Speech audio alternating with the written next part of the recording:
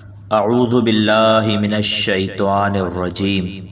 بسم اللہ الرحمن الرحیم۔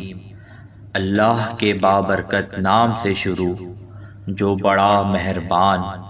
اور نہایت رحم والا ہے۔ دوستو، آج کا ہمارا موضوع ہے آسمانی دسترخوان، اور آج کی ویڈیو میں آپ کو خوش آمدید کہتے ہیں۔ حضرت عیسیٰ علیہ السلام کے حواریوں نے یہ عرض کیا کہ اے عیسیٰ بن مریم، کیا آپ کا رب یہ کر سکتا ہے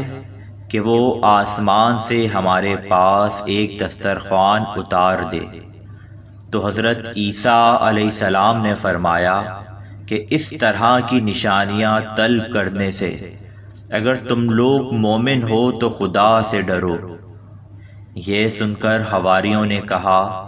کہ ہم نشانی طلب کرنے کے لیے یہ سوال نہیں کر رہے، بلکہ ہمارا مقصد یہ ہے کہ ہم شکم سیر ہو کر خوب کھائیں، اور ہم کو اچھی طرح آپ کی صداقت کا علم ہو جائے تاکہ ہمارے دلوں کو قرار آ جائے، اور ہم اس بات کے گواہ بن جائیں تاکہ بنی اسرائیل کو ہماری شہادت سے یقین اور اطمینان کلی حاصل ہو جائے، اور مومنین کا یقین اور بڑھ جائے، اور کفار ایمان لائیں۔ حواریوں کی یہ درخواست پر حضرت عیسیٰ علیہ السلام نے بارگاہ خداوندی میں اس طرح دعا مانگی: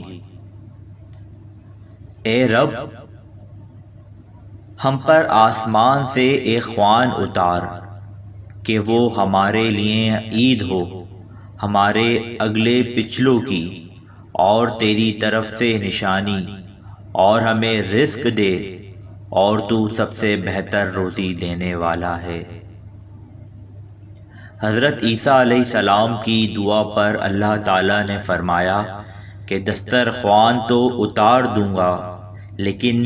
اس کے بعد بنی اسرائیل میں سے جو کفر کرے گا میں اس کو ایسا عذاب دوں گا کہ تمام جہان والوں میں کسی کو ایسا عذاب نہیں دوں گا۔ چنانچہ اللہ تعالیٰ کے حکم سے چند فرشتے ایک دسترخوان لے کر آسمان سے اترے، جس میں 7 مچھلیاں اور 7 روٹیاں تھیں۔ حضرت ابن عباس رضی اللہ عنہ سے روایت ہے کہ فرشتے دسترخوان میں روٹی اور گوشت لے کر آسمان سے زمین پر نازل ہوئے، اور بعض روایتوں میں یہ بھی آیا ہے کہ تلی ہوئی ایک بہت بڑی مچھلی تھی جس میں کانٹا نہیں تھا، اور اس میں سے روغن ٹپک رہا تھا، اور اس کے سر کے پاس نمک اور دم کے پاس سرکہ تھا، اور اس کے ارد گرد قسم قسم کی سبزیاں تھیں، اور 5 روٹیاں تھیں۔ ایک روٹی کے اوپر روغن زیتون، دوسری پر شہد، تیسری پر گھی، چوتھی پر پنیر، 5ویں پر گوشت کی بوٹیاں تھیں۔ دسترخوان کے ان سامانوں کو دیکھ کر حضرت عیسیٰ علیہ السلام کے ایک حواری شمعون نے کہا، جو تمام حواریوں کا سردار تھا، کہ اے روح اللہ، یہ دسترخوان دنیا کے کھانوں میں سے ہے یا آخرت کے؟ تو آپ نے فرمایا کہ یہ نہ تو دنیا کے کھانوں میں سے ہے نہ آخرت کے، بلکہ اللہ تعالیٰ نے اپنی قدرت کاملہ سے تمہارے لیے اس کھانے کو ابھی ابھی ایجاد بھیجا ہے۔ پھر حضرت عیسیٰ علیہ السلام نے بنی اسرائیل کو حکم دیا کہ خوب شکم سیر ہو کر کھاؤ، اور خبردار اس میں کسی قسم کی خیانت نہ کرنا، اور کل کے لیے ذخیرہ بنا کر نہ رکھنا۔ بنی اسرائیل نے اس میں خیانت بھی کر ڈالی، اور کل کے لیے ذخیرہ بنا کر بھی رکھ لیا۔ اس نافرمانی کی وجہ سے اللہ تعالیٰ کا ان لوگوں پر یہ عذاب آیا کہ یہ لوگ رات کو سوئے تو اچھے خاصے تھے، مگر صبح اٹھے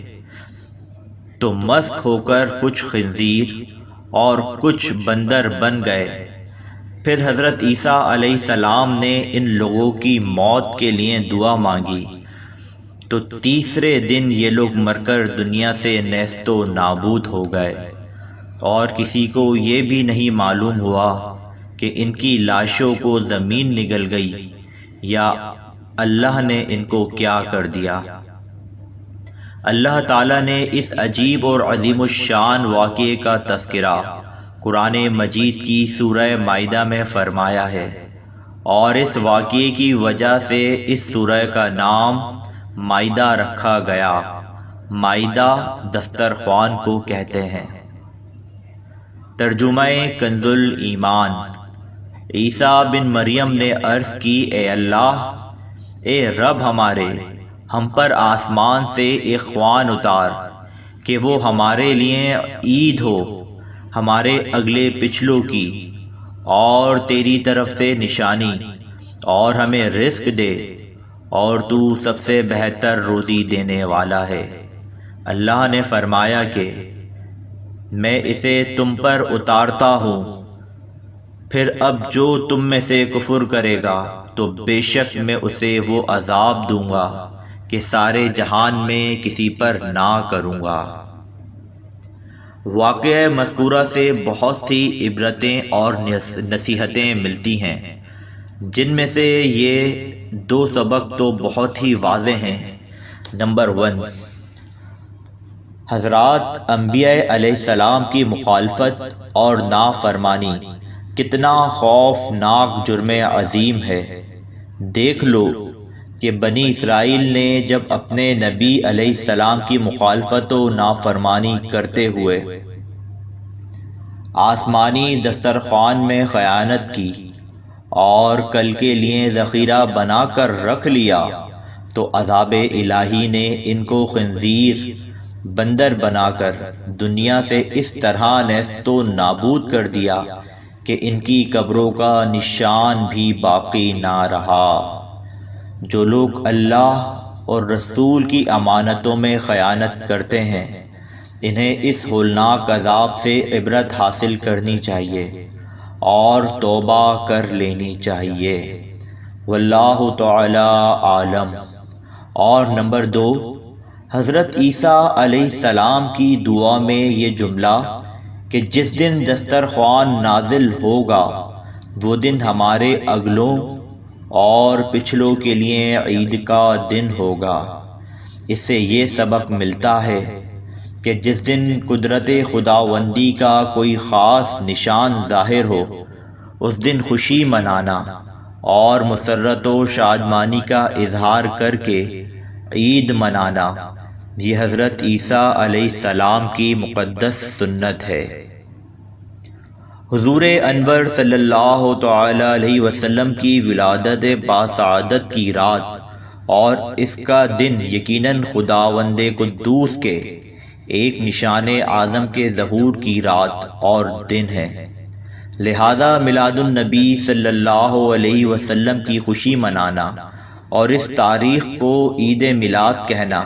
یقیناً قرآن مجید کی تعلیم کے عین مطابق ہے۔ خوشی منانا، گھروں اور محفلوں کی آرائش کرنا،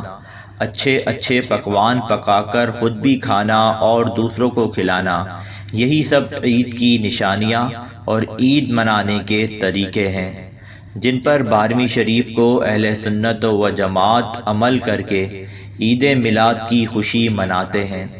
اور جو لوگ اس سے چڑھتے ہیں اور اس تاریخ کو اپنے گھر اندھیرا رکھتے ہیں، جھاڑو بھی نہیں لگاتے اور میلے کچیلے کپڑے پہن کر منہ لٹکائے پھرتے ہیں اور عید میلاد کی خوشی منانے والوں کو بدعتی کہہ کر پھپتیاں کستے ہیں، انہیں ان کے حال پر چھوڑ دینا چاہیے، اور اہل سنت کو چاہیے کہ خوب خوشی منائیں اور کثرت سے میلاد شریف کی مجلس منعقد کریں اور خوب جھوم کر صلاۃ و سلام پڑھیں۔ مثل فارس زلزلے ہوں نجد میں، ذکر آیات ولادت کیجیے۔